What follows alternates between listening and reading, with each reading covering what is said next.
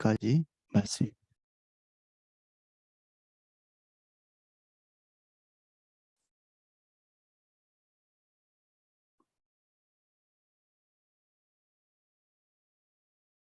제가 내용을 읽어보겠습니다.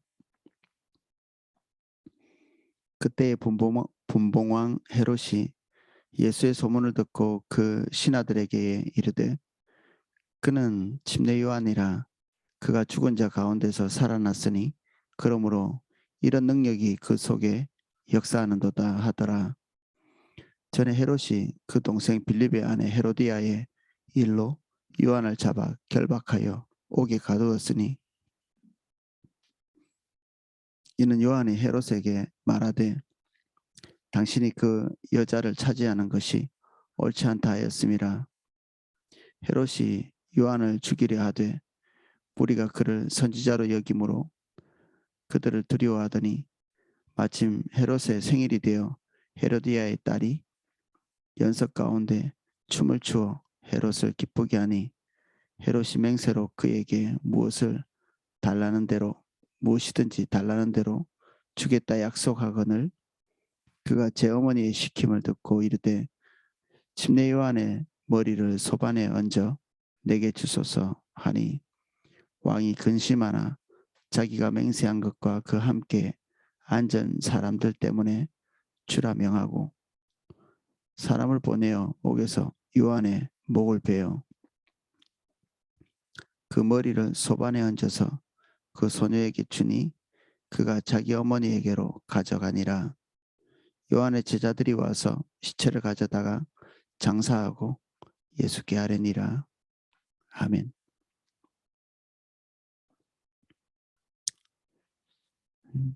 갑자기 분봉왕 헤롯 이야기가 나오죠. 이스라엘 안에 실질적인 통치권은 로마에게 있었죠. 그런데 그 로마의 통치 아래서도 그 권력을 잡기 위해서 이 헤롯이라는 이 존재가 온갖 수술을 통해서 일부분의 그 권력을 갖습니다. 분봉왕이라고 하는 것은 아주 이렇게 이스라엘 안에서도 좁은 영역 몇 개에 나누어져 있는 구역 가운데 한 구역을 다스렸다. 이게 분봉왕이라는 건데 거기서 헤롯이 집중했던 것은 개인의 향락이었죠. 예수님께서 헤롯을 주목하시면서 평가하시기를 그 여우다 이렇게 아주 교활하고 또 사관계를 가지고 있는 존재로 이렇게 이해하셨고 또 사람들에게도 그렇게 말씀하셨습니다. 이 헤롯이 예수의 소문을 듣고 제일 먼저 이렇게 생각났던 것은 침례 요한이었습니다. 침례 요한이 생각났던 이유는 그 뒤에 나오지만 이 헤롯이 자기 부인과 이혼하고 자기 이복 동생인 그 헤로디아와 결혼합니다. 대단히 부도덕한 일이죠. 이 부분에 대해서 요한이 지적하고 책망했기 때문에 헤로디아와 헤롯에게 미움을 받죠. 오늘 일어난 사건은 이런 그 의로운 지적, 침례 요한의 지적 때문에 일어난 거라고 볼 수 있습니다. 그래서 헤롯은 자기가 죽인 침례 요한에 대한 죄책감 때문일 수도 있고 그에 대한 두려움 때문에 이런 판단을 했을 수도 있고 올바른 판단은 아니죠. 바른 판단은 아닙니다. 근데 어떤 사람들은 이 헤롯과 비슷한 의견을 갖고 있었던 것 같습니다. 예수님께서 제자들에게 물으실 때 사람들이 나를 뭐라고 하더냐 이렇게 질문하실 때 그 중에 한 의견이 침례 요한, 다시 살아난 침례 요한에 대한 이야기도 있었거든요.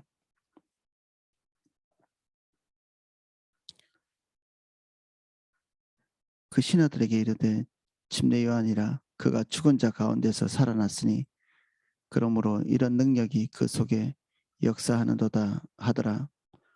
전에 헤롯이 동생 빌립 아내 헬로디아의 일로 요한을 잡아 결박하여 옥에 가두었으니 이는 요한이 헤롯에게 말하되 당신이 그 여자를 차지하는 것이 옳지 않다 하였음이라.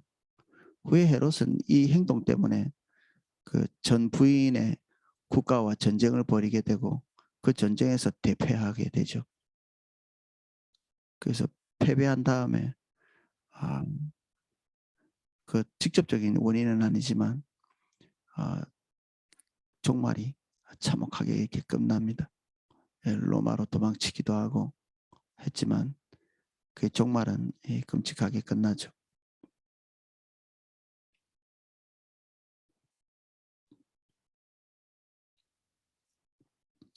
헤롯이 요한을 죽이려 하되 무리가 그를 선지자로 여김으로 그를 두려워하더니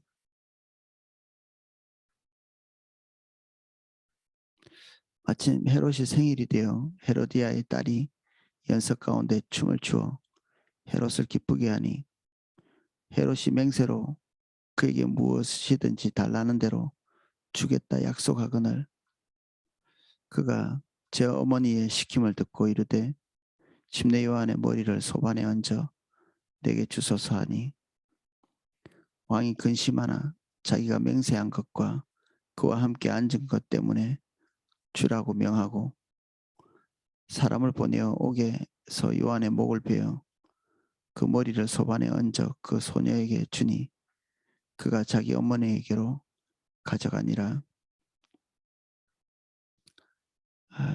이 헤롯이 하는 일 하나하나가 본인이 유대인임을 증명하는 일에 많이 애를 썼거든요. 요한이. 그래서 성전 같은 것도 막 지어서 자기 종교성을 과시하려고 애쓰기도 하고 근데 이런 목배임이나 이런 것들이 유대인들이 익숙하게 했던 그런 방식이 아니었죠. 그가 하는 행동 하나하나가 헬라적이었고 로마식이고 그리고 무엇보다도 하나님을 경외하지 않는 외적인 모습들이 노골적으로 드러나고 하나님에 대한 경외, 두려움 이런 것들보다는 그가 하는 행동 모든 것이 사람을 두려워하고 사람 눈치를 보고 사람에게 평가를 어떻게 받는 거에 전전긍긍하는 왕인 것 같지만 실제로 더 두려워하는 것은 사람들의 평판이죠. 자유로운 사람 같은데 실제로는 그는 그 마음대로 뭔가를 결정하고 행동하는 자가 아니라 사람들의 눈, 사람들의 평판 이것에 매여서 사는 자이죠. 하나님을 두려워하는 자는 그 외의 모든 것들을 두려워하지 않는다는 말이 있습니다. 하나님을 두려워하지 않는 자는 하나님 외에 그 모든 것들을 다 두려워하면서 살아야 된다는 말도 있고요. 결국 누구의 지배를 받는가? 주님이 아니면 그 외에 다른 모든 것들에게 지배를 받는 거죠. 우리는 헤롯의 결정을 보면서 그가 어떤 주도권을 가지고 움직이는 것 같이 화면에서는 보이지만 둥둥 떠다니는 모습을 볼 수 있습니다. 이리저리로 상황에 따라서 어쩔 수 없이 그리고 어쩔 수 없이 또 어쩔 수 없이 가둘 수밖에 없고 요한을 어쩔 수 없이 목을 벨 수밖에 없고 그래서 전쟁에 들어가고 전쟁에서 패배하고 종말로 가는 부모가 시켜가지고 이 사람들 앞에서 음란한 춤을 추고 근데 결과적으로 이 살로메가 침례 요한의 목을 베는데 일조한 그래서 이 살로메는 겨울에 얼음 위를 걷다가 얼음이 깨져서 날카로운 얼음에 목이 찔려서 죽었다고 합니다. 그 정말도 끔찍하죠. 본인들이 잘했다고 생각하고 그리고 올바른 것을 결정했다고 생각하고 사람들의 기대를 충족시켰다고 생각하고 그들이 생각하기에는 최선의 판단을 했다고 생각하지만 여기서부터 급속하게 그들의 종말이 있는, 밖에서 볼 때는 어떤가요? 사실은 뻔한 종말이죠. 우리는 하나님을 알고 있고 그들의 운명이 어떻게 될 건지 예측할 만하죠. 세상에는 또 하나님 안 믿는 사람 중에서도 인과응보니 하는 그런 얘기를 하는 사람들도 있지 않습니까? 그런데 환경에 휘말렸던 사람은 그런 것들을 분별해낼 수가 없고 혹시 언뜻 내가 지금 어디로 가고 있지? 이런 생각이 든다 할지라도 한 번 출발한 이 기차 위에서 내릴 수 없는 것처럼 그렇게 그냥 떠내려가고 흘러가 버리는 거죠. 처음 출발은 기분 나쁜 데서부터 출발하고 올바르지 않은 감정에서부터 올바르지 않은 욕구부터 출발하는 거죠. 하지 말아야 될 이혼, 하지 말아야 될 결혼,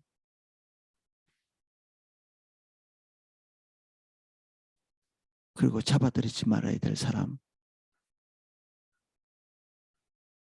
그리고 거슬리는 소리지만 들어야 되는 상황에서 그 입을 막는, 그때그때 필연적으로 할 수밖에 없었던 일일 수 있는데 그들은 그들의 파멸을 향해서, 결론적으로는 그렇습니다. 파멸을 향해서 가는 거죠. 우리는 우리 자신이 어디 있는지 잘 모를 때가 있습니다. 대부분은 그렇습니다. 우리가 어디에 있는지 잘 모릅니다. 그래서 주님을 찾는 거죠. 많은 사람들이 주님 없이도 자기가 객관적인 자리에 앉아서 세상을 정확하게 판단하고 있다고 생각하고 주님과 긴밀한 관계가 없음에도 그때그때 판단하고 있는 것이 최선의 판단이라고 여깁니다.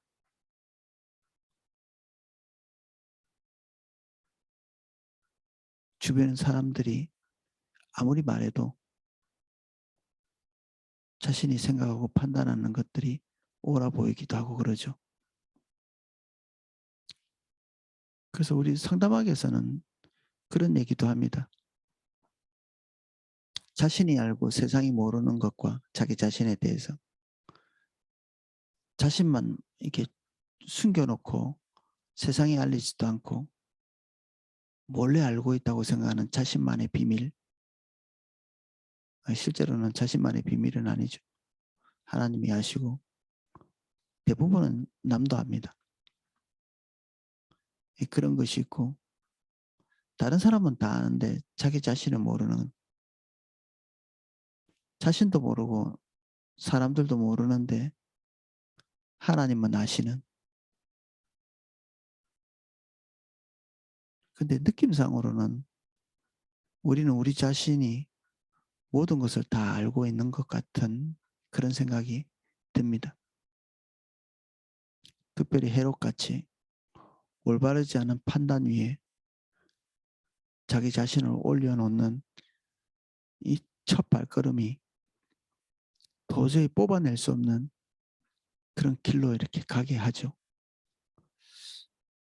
요즘 저에게도 마찬가지고 담임 목사님도 제 귀에는 언뜻 자주 언급하는 그런 단어들이 있습니다. 파가, 하나님의 때, 평소에 양심적으로 살고 경건하게 살고 나름대로 그리스도인답게 산다. 이런 것에 우리는 에너지를 많이 투자하고 가는데 세월을 아끼라고 하는 이 성경 구절에 대한 소개를 하시면서 담임 목사님도 하나님의 기회를 잡는 그 때를 잡는 것. 그런데 또 한면에서는 하나님의 때가 있는가 하면 사단의 때도 있습니다. 그 사단의 때는 마치 하나님의 때처럼 기가 막힌 타이밍, 어쩔 수 없이 선택할 수밖에 없는 그 선택. 이게 같이 오죠. 요나에게 찾아왔던 그 절호의 찬스, 절호의 기회, 이게 사단의 것이었죠. 주님이 우리에게 말씀하신 것들을 묵인하고 덮고 두 발만 걸어 나가면 거기에 사단이 우리에게 주는 기가 막힌 타이밍이 있습니다.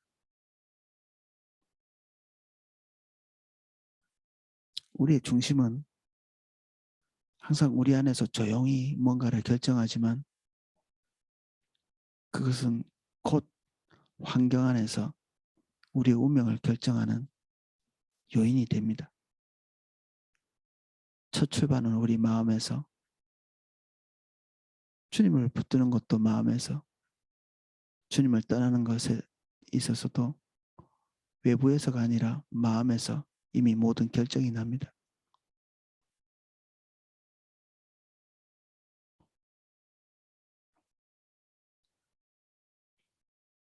그들이 할 수 있는 모든 것들은 다 주도해서 하게 됩니다. 권력은 우리는 우리에게 주어진 만큼 결정할 수 있습니다. 우리가 가진 만큼 결정할 수 있고 100만 원 있는 사람은 100만 원만큼 자기 결정대로 쓸 수 있고 1000만 원 있는 사람은 1000만 원 있는 만큼 자기가 결정한 대로 쓸 수 있죠. 많이 받고 많이 활용할 수 있는 것 사람들이 좋아라 하는데 지금 현재 우리에게 허락되어져 있는 것, 그것에서 하나님의 주도권을 따라서 우리 스스로의 결정을 통제하면서 주의 뜻대로 행하지 않으면 우리에게 뭔가 더해지는 것은 더 큰 죄악만 남기는 꼴이 됩니다. 헤롯이 나름대로 고무술수로 권력을 잡았을 수 있는데 차라리 없었더라면 죄가 적었을 것인데 그 손에 있었던 권력 때문에 돌이킬 수 없는 범죄, 돌이킬 수 없는 파멸, 그게 그의 삶의 결론으로 동시에 그와 함께하는 가까이 할수록 더 참혹한 결과를 다른 사람에게도 저지르게 되죠. 우리가 가진 것이 다다익선은 아닙니다. 우리가 어떻게 할 수 있는가? 우리의 영향력이 좁고 작고 약하고 그때부터 우리는 훈련되어지거든요.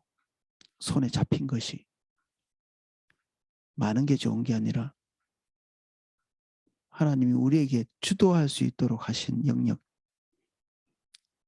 그 미미한 영역일 때부터 이미 우리는 싹이 보이는 것이죠. 떡잎부터 한다는 말도 있듯이 어린아이 때 모습이 그 떡잎으로 표현되는데 실제로는 하나님 앞에서는 우리가 적은 것을 충성할 때 많은 것도 충성할 수 있고 적은 것에 불의하면 큰 것에도 불의해지는 이게 우리의 떡잎이죠. 우리 자신은 지금 현재 하나님이 우리에게 베풀어 주신 영역 안에서 어떤 결정을 주로 많이 하나요? 우리에게 허락되어진 게 아주 미미한 것일 수 있습니다. 적은 물질, 빠듯한 시간, 그리고 얼마 되지 않는 영향력,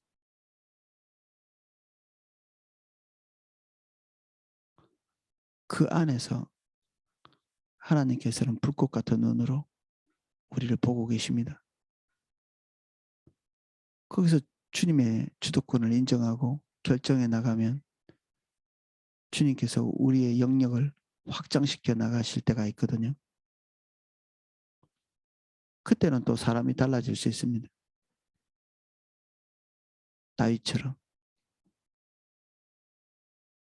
그렇게 자기 권력 가지고 휘두르는 사울에게 고통당하면서도 하나님께서 그에게 기대하는 바 앞으로 권력을 잡았을 때 불합리한 권력을 쓰지 말도록 사실 사울로부터 훈련을 받은 거거든요.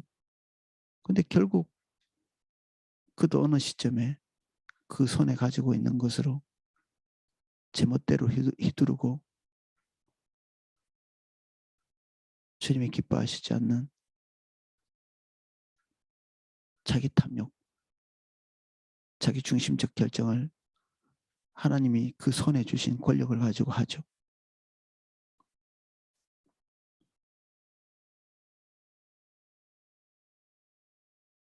적은 것이 주어졌을 때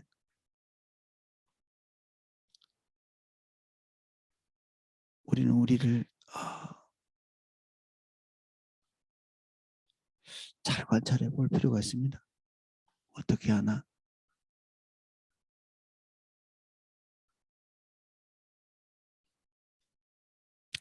거기가 우리 다음 걸음을 결정하는 그런 어떤 샘플 같은 것이 되거든요.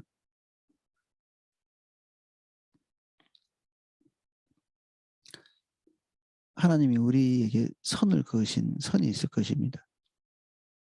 더 발전할 수도, 더 많이 가질 수도, 더 많은 영향력이나 그런 것이 없을 수도 있는 아주 좁은 바운더리 내에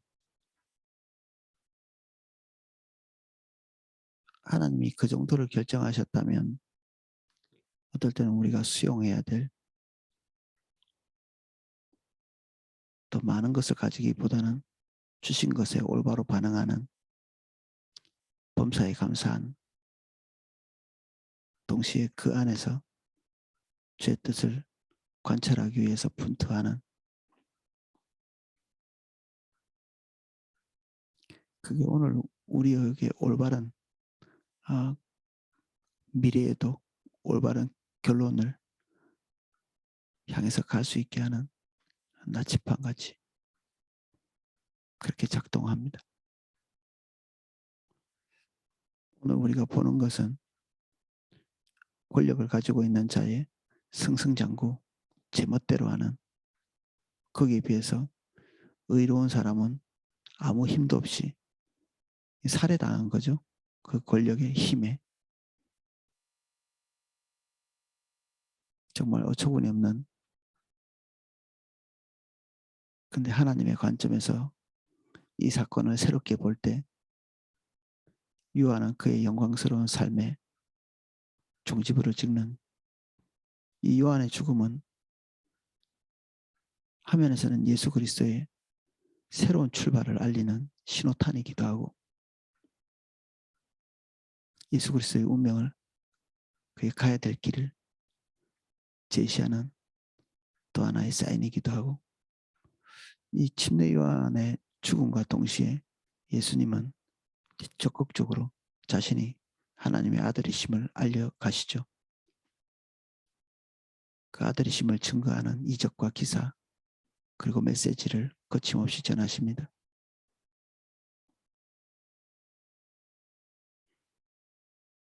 침례 요한의 죽음은 하나님 앞에서 완전하고 영광스럽고 그를 살해하고 그리고 억울한 상황으로 몰아간 이 권력자들은 그 순간이 가장 높았고 그때가 마지막 행복이고 그 이후에 그들에게 찾아올 것은 하나님의 심판, 재앙, 그들이 원하는 것, 원하지 않는 미래, 그리고 사람들에게 두려운 샘플이 되는 줄을 거스르는 그 결과가 어떻게 되는지를 사람들에게 알리는 좋지 않은 샘플이 되는, 저는 우리의 삶이 다른 모든 사람들에게 주님을 따라가는 좋은 샘플로 그렇게 보여져야 된다고 믿습니다. 다른 사람들이 내 삶을 이렇게 보면서 주님을 따라가지 않으면 저렇게 되는구나, 부정적 샘플이 되는 것, 이 나쁘죠. 부정적인 샘플.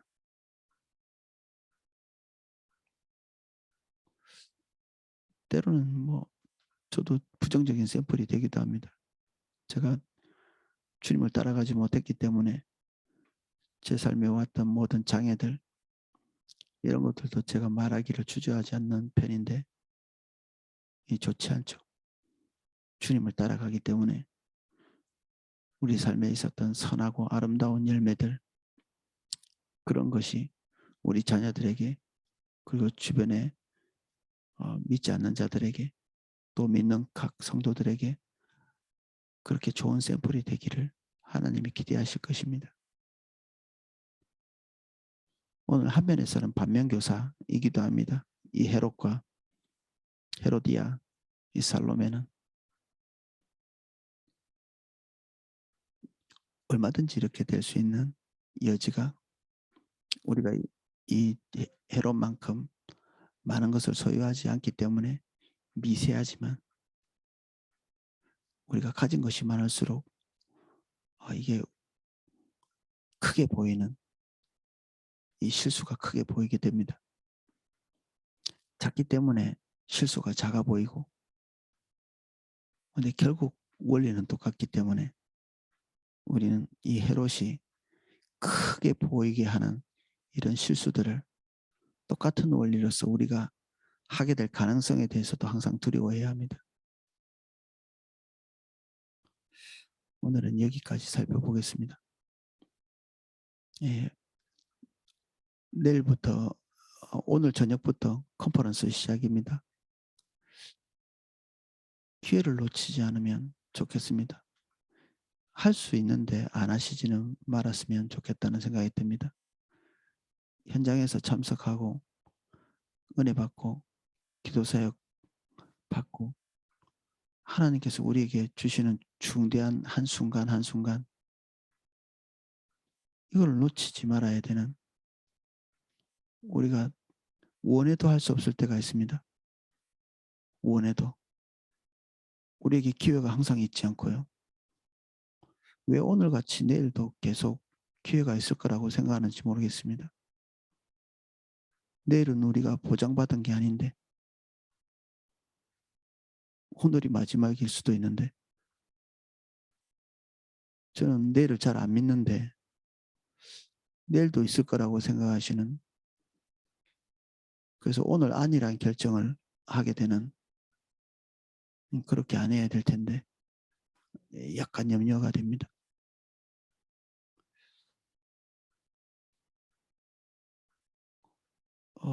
아마도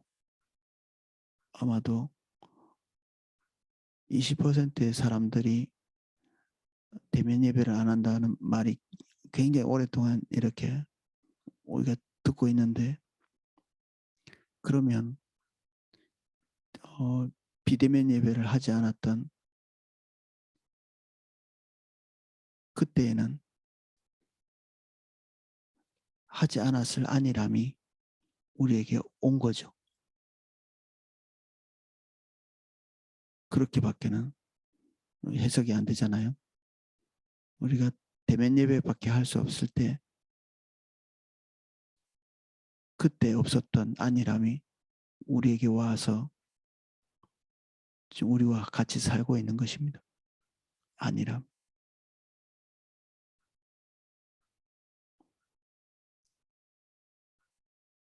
안일함이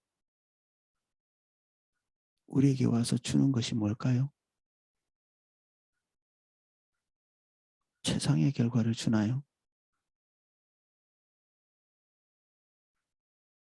여기 들어와 있는 분들은 아마 이런 말이 별로 필요 없을 텐데 이게 저는 때로는 되게 무섭습니다. 두렵고. 최상의 것을 선택 안 하시는구나. 우리 결과는 최상의 것을 기대하는데 안일함을 선택하시면서 최선의 판단을 하고 있다고 생각하시는 그런 경우도 있는 것 같고요. 이게 최선이야 라고 말하는 조금 덜 희생하고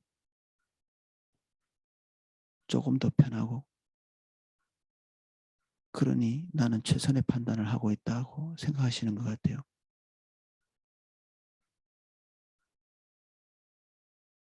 우리가 우리의 상황 밖에서 자기 자신을 이렇게 바라보십시오. 진짜 최선의 판단인지? 당연히 아니죠. 우리가 외부에서 우리 밖에서 우리 자신 밖에서 우리를 바라볼 때 우리는 최선의 판단을 하고 있지 않은 게 보이거든요. 우리는 우리의 삶 깊은 곳에 들어가서 생각하기 때문에 최선이 아닌데 최선이라고 생각하는 우리의 기준은 주님으로부터 왔다기보다는 사람과의 관계나 상황 그것으로부터 기인한 것이기 때문에 올바르지 않을 확률이 많습니다.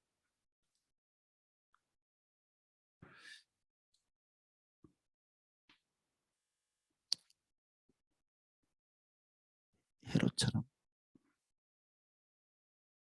그때그때 필요한 대로 판단하고 그때그때 어쩔 수 없이 판단하고 결정하는 대로 그냥 쭉 그렇게 가는 거요.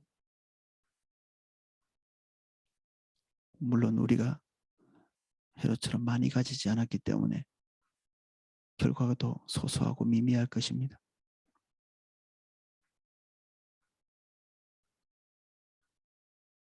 주님이 우리에게 많이 맡길 수 없는 이유, 우리와 함께 더 많이 동행하실 수 없는 이유,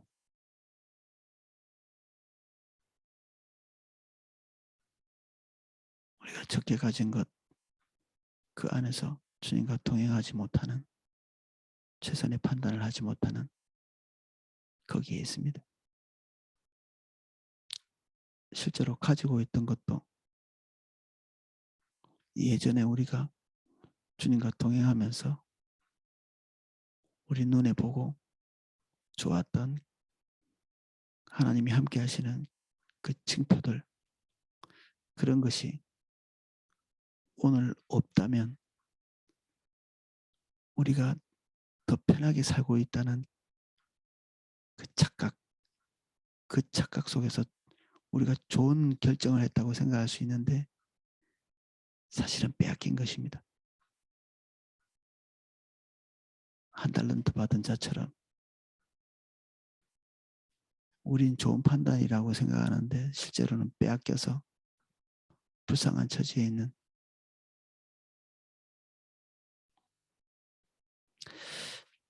기도하겠습니다.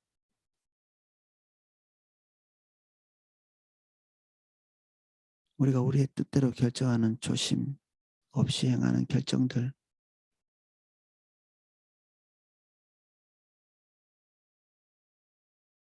우리가 두렵고 떨림으로 반응합니다.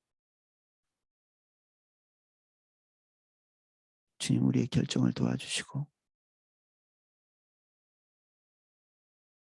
만감이 교차할 복잡한 생각이 있을 그때에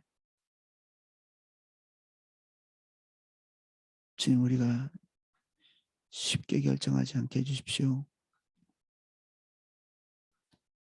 근심이 몰려오고 갈등이 있을 때 우리가 주의 것을 선택하고 우리의 무릎을 세울 수 있게 해주십시오. 주저앉기는 쉽지만 그 결과가 나쁩니다.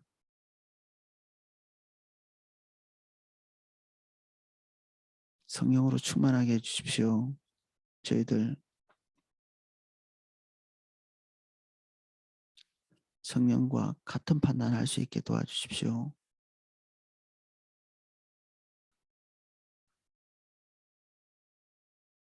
주님, 우리를 찾아와 주십시오. 삼사교구를 예수님 이름으로 축복합니다. 편리에 사로잡히지 않게 해주십시오.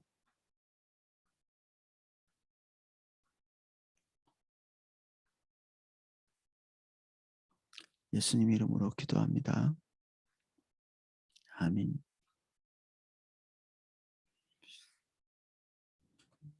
제가 기도하실 수 있도록 음악을 방송해 드리겠습니다.